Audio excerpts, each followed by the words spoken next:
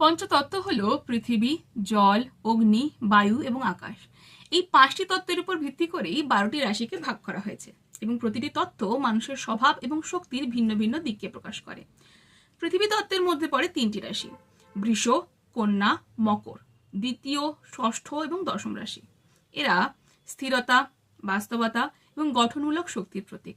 জল তত্ত্বের মধ্যে পড়ে 3টি রাশি: কর্কট, বৃশ্চিক, মীন, চতুর্থ, অষ্টম এবং দ্বাদশ রাশি। এরা আবেগ, অনুভূতি এবং প্রাণশক্তিকে নির্দেশ করে। অগ্নিতত্ত্বের মধ্যে রয়েছে মেষ, সিংহ এবং ধনু, প্রথম, পঞ্চম এবং নবম রাশি। এরা শক্তি, উদ্যম এবং সৃষ্টিশীলতার প্রতীক। বায়ুতত্ত্বের মধ্যে পড়ে মিথুন, তুলা এবং কুম্ভ, তৃতীয়, সপ্তম এবং একাদশ রাশি, যারা চিন্তা, যোগাযোগ ও গতিশীলতার প্রতীক।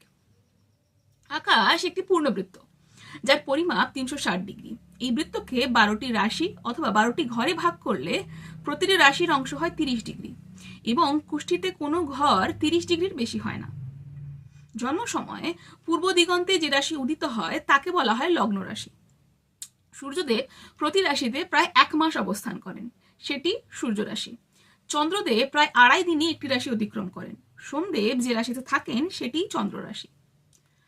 জ্যোতিষে পরিপূরক রাশির ধারণাও গুরুত্বপূর্ণ। যেমন পৃথিবী তত্ত্বের রাশিগুলির বিকাশ ঘটে জলতত্ত্বের দ্বারা।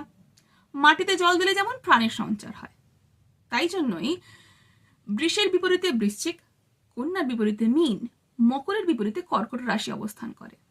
তাই কুষ্ঠি মিলানের ক্ষেত্রে পৃথিবী এবং জল তত্ত্বের সংযোগকে তাৎপর্যপূর্ণ ধরা হয়।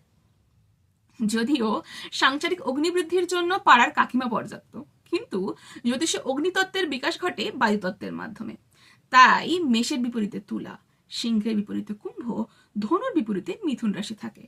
অগ্নি এবং বায়ুর এই পারস্পরিক সম্পর্ক শক্তি, বৃদ্ধি এবং প্রসারের প্রতীক হিসেবে বিবেচিত হয়।